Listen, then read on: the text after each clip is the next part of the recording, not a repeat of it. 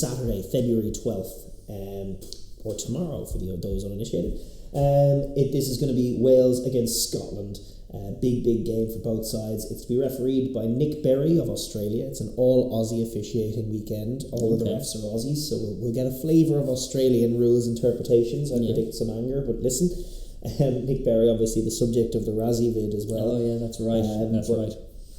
I think he's a decent ref. I think he probably set a decent tempo. That's I don't disagree at all. Yeah. Obviously, this game, huge history to it, but the recent record is a stark one for Scotland, particularly in Wales, and particularly in Cardiff. So. Well, like the actual overall record is quite even. It's 74 Wales and 50 Scotland. They've been playing since 1883, one of the older matchups. 126 matches played. So there have been 3 draws overall. But the recent record, as I was saying, ever since it's been the Six Nations, Wales since 2000, that is, it's Wales 18, Scotland 5 with 1 draw, and the Scots haven't managed to conquer the Millennium Stadium since 2002, which is the big one. They did win in Parky Scarlets last year, or the year before last, in 2020, but that was an empty Parky Scarlets in lockdown, and similarly like the Murrayfield last year, Wales got the win, but that was an empty Murrayfield, very close to. So we don't. Those are kinds of the lockdown Six Nations where it doesn't quite the home advantage doesn't matter. No, but a full Millennium Stadium, you have to go back as far as 2002 to remember Scotland winning in that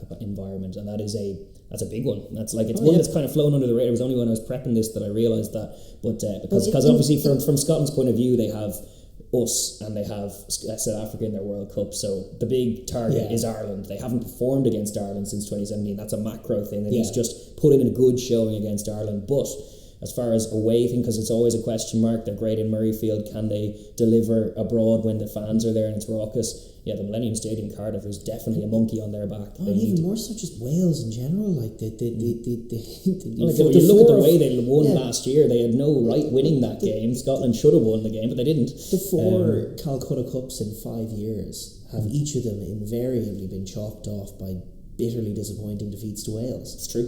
It's true. And no less last year when they could have been serious contenders, and it's the exact same this year. They won the Calcutta Cup. Great, they are going to go down in history as probably the winningest team of that trophy that in Scotland's history, or near enough, winning 4 and 5.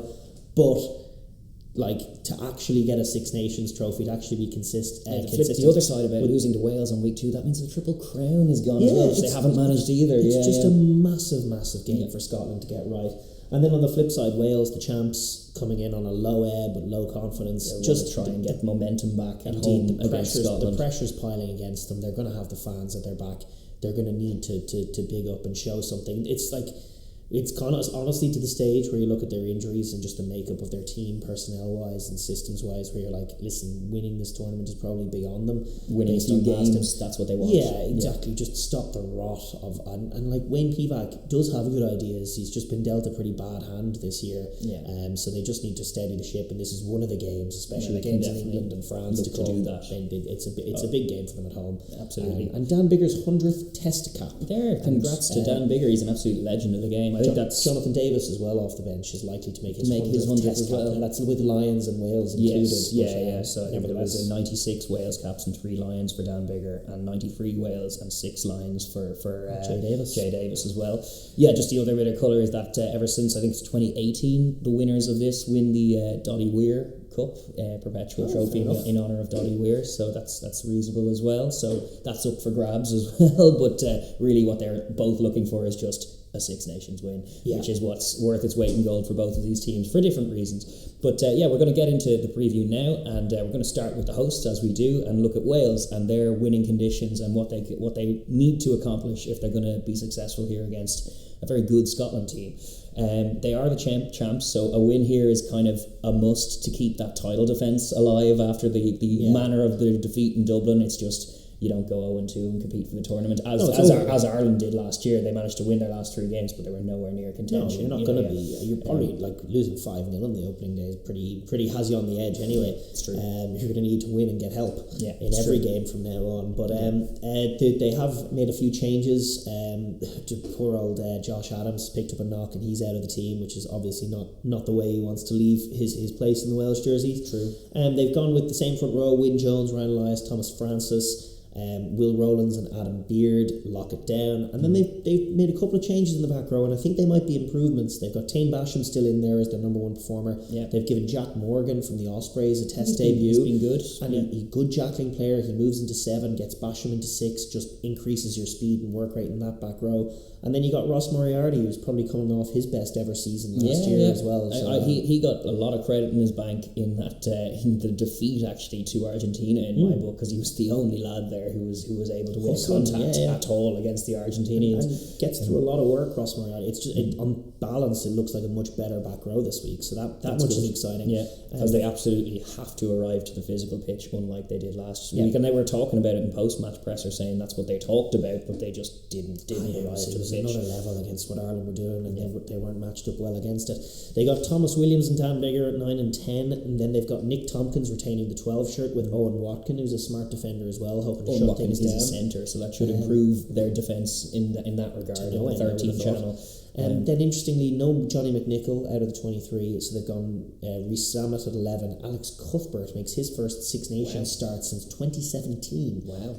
Coming in on the right wing, and Liam Williams rounding out the team at fullback. And they've got Jonathan Davis to bring on as well. He's back from injury, so if 13's going wrong, he can come in. Garrett Davis, Callum Sheedy, Aaron Wainwright drops to the bench. Seb Davies is back on the bench, and then the front row options of Dewey Lake, Garrett Thomas, and Dylan Lewis. Interesting. Those bench front rows will be under pressure against the two Scottish Saffas. Well, actually, the Scottish Saffas are starting for them. So it's even more juicy fit matchups. But Scotland will probably have the edge at scrum time. So Wales, similar task for them is to try and be solid, get their own ball and be able to attack with it. They weren't really able to establish that in week 1, so slightly new look to the pack makes a bit of sense. Definitely some rejigging in the centre and in the back line. Congrats to Cuthbert getting back in a Welsh jersey as well. He has been putting the work in. He's been playing pretty well at club level, so it feels like it's a little bit of an anti-Doohan kind of selection, because Doohan was very, very good in the air in week 1 for Scotland. They will kick a lot, Wales, because they're not at the moment. They're not playing with enough dynamism and direction to be able to play from midfield. They're kicking a lot, and they need to win some of those aerial battles. It's dangerous. Scotland have a dangerous back 3, but Wales are at their best, are excellent. That's true. And Liam Williams at his best can beat Stuart Hogg in those kind of matchups. 1v1 matchup, you think. Those are the kind of plays that they're going to need to be able to generate, I think, to be able to take those quick tries that they like to get out of nowhere.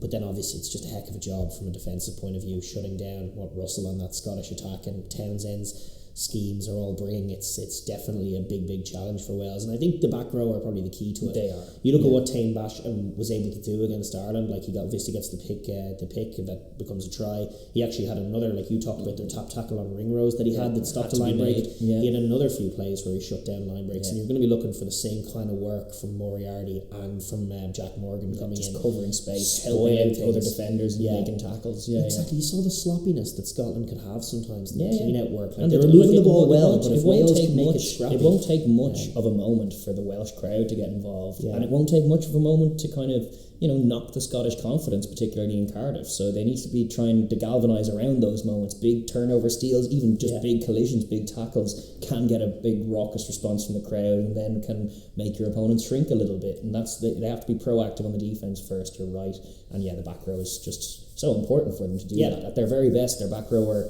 industrious all over the park, and that really sets the tone for their good three does have the performances. potential to be that way. It's there that they got to win the matchup. Scotland are big, they're hefty, but if Wales can make Wales can make their ball messy, get Ali Price doubting himself a little bit. I told you had a couple of good plays in Price, like he always does last week. They need to get after him as well, make the ball a mess, give Russell as few options as possible, and hopefully turn this into a game where there's a decent amount of kicking. It's wet weather, because Scotland are the team kicking under pressure, and then back your backfield to mine the ball really well. Decent matchups, just in terms of a vertically challenged thing. They picked Cuthbert on one wing, presumably as Doohan cover, but on the other side, Rhys Sammet against Graham is a good favourable matchup in the air, you would think, for Wales. Similarly, like you were saying, Liam Williams v Hogg. They're both very accomplished Lions level players, but Liam Williams is the taller and probably the more likely to win a 50-50 high ball. The X factor is the long boot of Hogg, especially in wet weather rugby, which I think it's likely to be again in Cardiff. like there's a big tax when you play Scotland on kicking badly. Yes.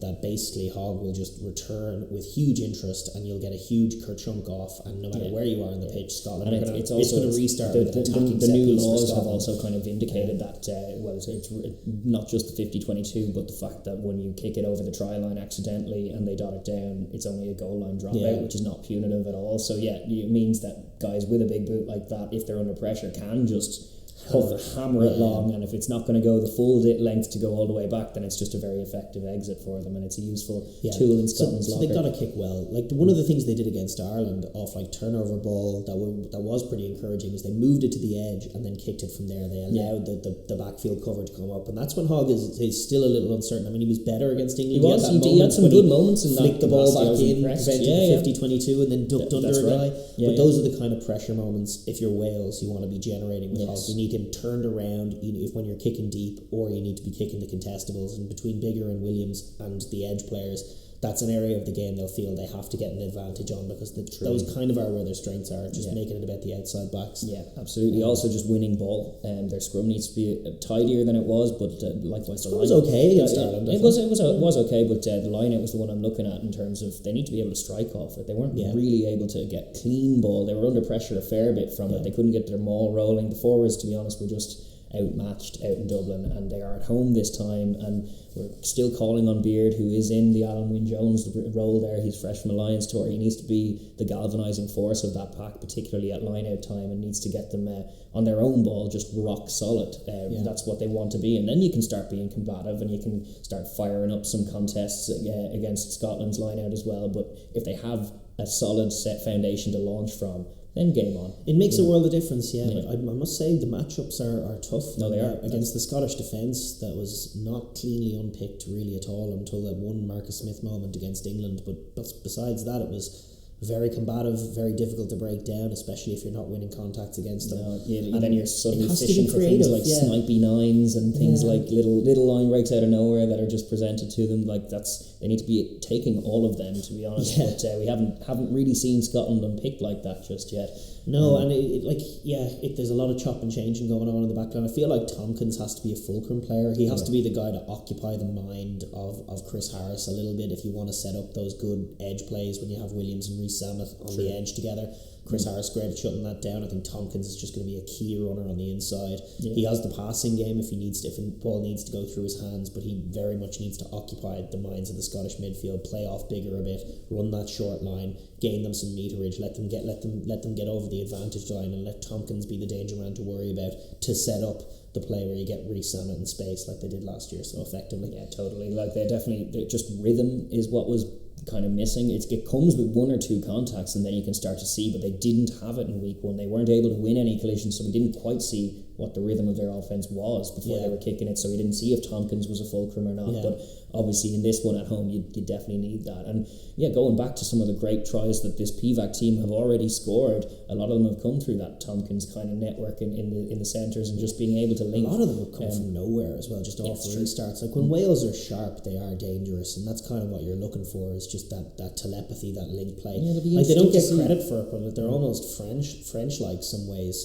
Just running those support lines, expecting the ball and expecting a try there. It's good instinctive rugby, instinctive attacking rugby. Definitely, it's one that you see across all levels of Wales, even though you see all kinds of problems in Welsh provincial rugby, but when there's broken field, you can still see the Dragons, even at their most impotent, take a lovely coast-to-coast try, and you can see just those good instincts that are there, and they need to feed into them at top level, because that's where their tries are going to come from. They aren't going to be able to dominate Scotland, albeit at home. Like they may be able to be buoyant enough after their anthems to be like physical in the first quarter and be able to get parity, and then it's game make on. it messy, get exactly right, get parity, get clean ball of their own, and then just turn it into a game where your defence has managed to make a mess of what Scotland are doing. They are kicking a lot, you're kicking a lot, and then you win the moment. Yeah, the tight game in the wet weather. A bad error from Scotland is easily where a try could come from. Or a recovered contestable that sets up an overlap that Wales can take, and then just play out the rest of the game smartly.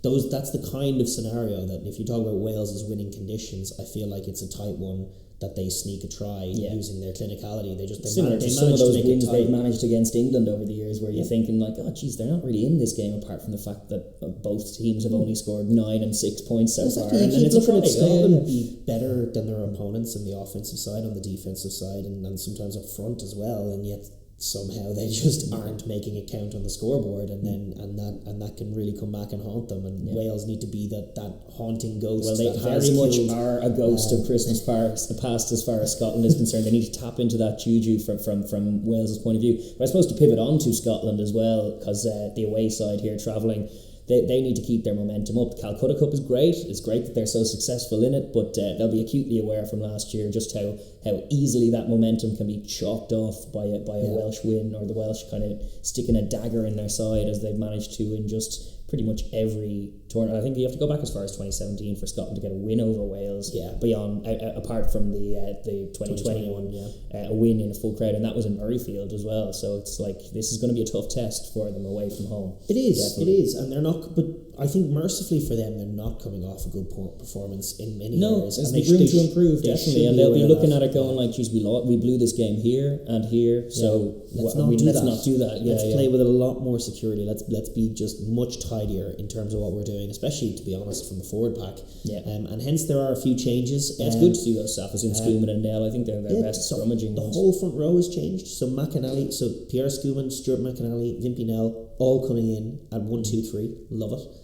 Johnny Gray and Grant Gilchrist maintain their positions. Sam Skinner comes in at 6 for Jamie Ritchie. Nice. Then they got Hamish Watson and Matt Fagerson to round out the pack with the full front row from last week. George Turner, who actually played quite well last week. But he'll be an impact from the bench. Sutherland and Fagerson now.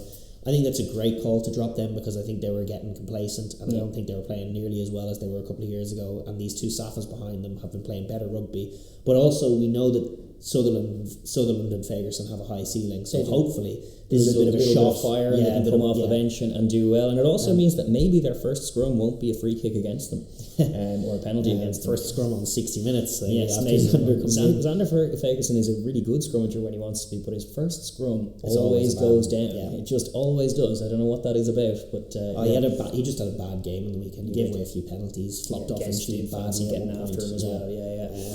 So they've gone with those changes. They've also got Magnus Bradbury and Rory Darge to bring in now, because obviously Scam Skinner can move into the locks.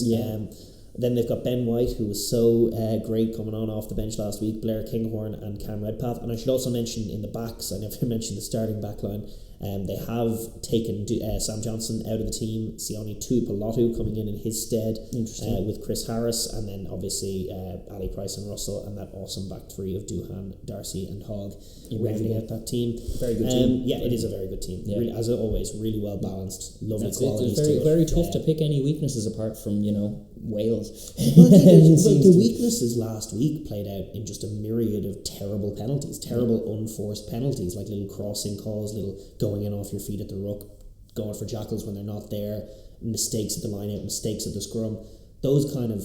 That sloppy play that they brought last week in the wet in Murrayfield that nearly cost them. They did great to dig out the win despite them, but they need to tidy up their game and not make it about that. And they are physically, they would have supremacy over this Welsh team. You would think so. And looking at where Wales are, their attack is much more evolved than Wales. They move the ball way better. They threaten your defence all over the park in all kinds of different ways. Ali Price and Russell move it so well. They got their wingers coming in off who are so electric and dangerous. Their kicking game stronger, I think, and their defence way better.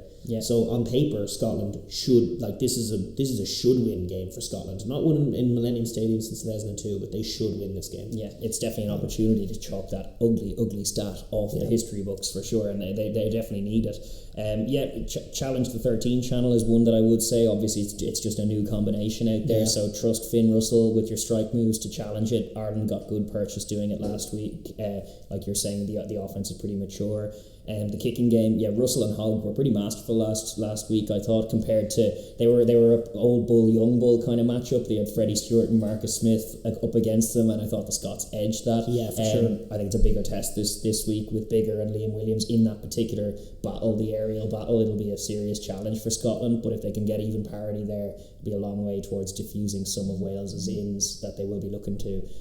If you can just even make it evident in the first quarter that those kicks aren't really yielding anything, and then Wales will start scratching their heads. It's one of those little tools for Scotland to try and grow into the game.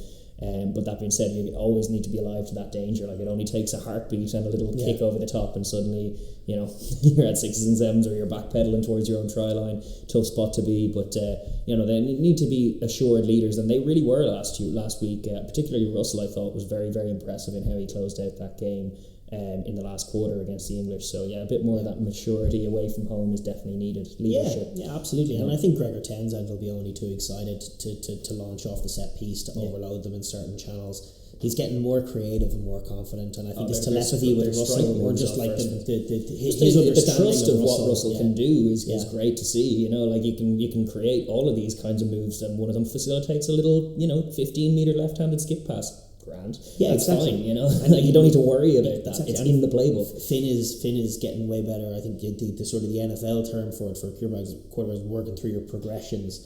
Where you're like, one given play has 2 or 3 or 4 options. Yes. And Finn is getting really, really good at taking the right option. He was always read the game well, but he's reading it much more maturely than he used to, and he's taken the right option most of the time. So they'll be really confident of unpicking that Welsh defence, and they did last year in moments. They had some lovely set piece attacks and tries.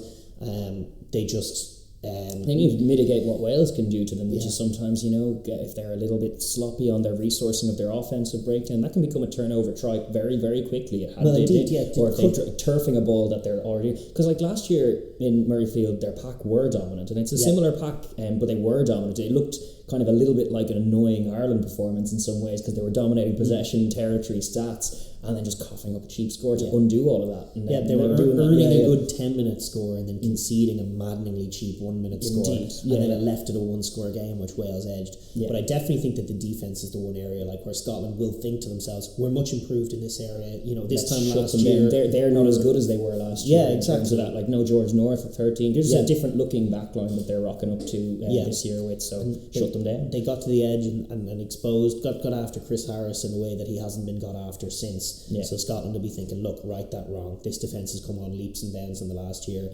Shut down Wales off first phase, shut them down off second phase. Force the kick, deal with the kick, come back at them. And just be patient. Like a couple of times last week against England, like they started going in after the ball and they gave away a penalty. Like England weren't threatening the line on any of their 12 points that they kicked. They weren't threatening the line, and yet Scotland, kind of in a panicked way to try and force a turnover, were giving away cheap penalties that they don't need to give away. They have a good defence. They're physical. Should be trust trusting it. it. Trust it. Just take the step back. Don't be going offside.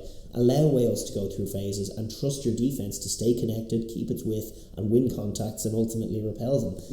Be a little more patient, I would say, would be an advice to Scotland's defence. It's very key advice for it's not just Scotland's defence, it's in general, to be a little bit more patient. And we've seen it with their offence maturing as well, like Finn last week dropping a few things onto the toe, just letting it in there, Ronan O'Gara style kicks into the corner to just get your forwards moving forward. Try and control the game as best you can, because on paper, as you say, the matchups are all pretty favourable for Scotland. I think looking at what Wales are They bringing. were last year too. This is the problem, and there will be songs being sung, and there might be little break and bouncing ball moments that go against you, but even when that happens, being calm in that chaos and sticking to your process and managing to dig out a result, it's a big challenge for Scotland. I'm not going to lie, I think it really, really is. I think it's a good test of their mettle and their just their consistency, which is the big problem for them. Like, it was a good gritty win to get against England in a tight one last week. Can they back it up away from home? Big question mark. I don't know the answer. Well, what do you think?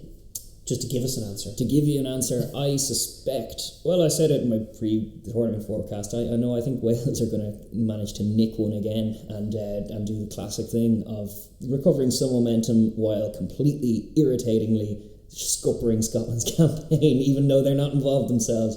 I think that is the dynamic I'm looking at, is like a 2-point win for Wales. Very frustrating day out for the Scots. Yeah, I mean, I thought that's what we were seeing for parts of last week against England. I thought I wasn't impressed with their control on the ball, and that is a concern. But I do think they have the personnel. I like the change at front row. I think it'll inject something. I think they can get after Wales. I think they can be comfortable at set piece. I do think they're maturing. I was impressed with how they dug the win out in that game. really think that Wales have much in the way of resources to throw on. I mean, it's going to be great to bring on Jonathan Davis, but like, let's be real, he's out of form. He has played well in quite a while. True. So I just think that Scotland, on paper, are the better team. Like, even bringing guys like Magnus Bradbury and Rory Daragh in is going to make an impact. And I just think that they have the better players. They're getting more mature. This feels like the next step on the ladder for this team. Well, it is definitely now or never for this team, it seems like, in terms of the Six Nations. They want to be right up there, and I think they might well be right up there with Ireland and France. And so the answers to the big questions about Scotland, I think are going to come in the coming weeks. But I think this team is able to win this game. I think this team will win this game. So I'm going to say Scotland 25-16, 25-13 maybe even. Like, I think it's a good win for Scotland. You're saying a good win for the first away win of the tournament, that would be as well. Yeah. So interesting. You're backing the Scots to get it done. We'll see. I mean, maybe like home advantages, it can be massive. It is massive, and especially now with the first tournament in 2 years, it's heightened, and we saw that last week. So yeah, I'll say Wales. You got Scotland. Who do you got? Let us know in the comments down below. It's always a great game. This one though, it was a humdinger last year. I expect some good fireworks in this one to open the weekend up. Truly, yeah. This is gonna be a good one.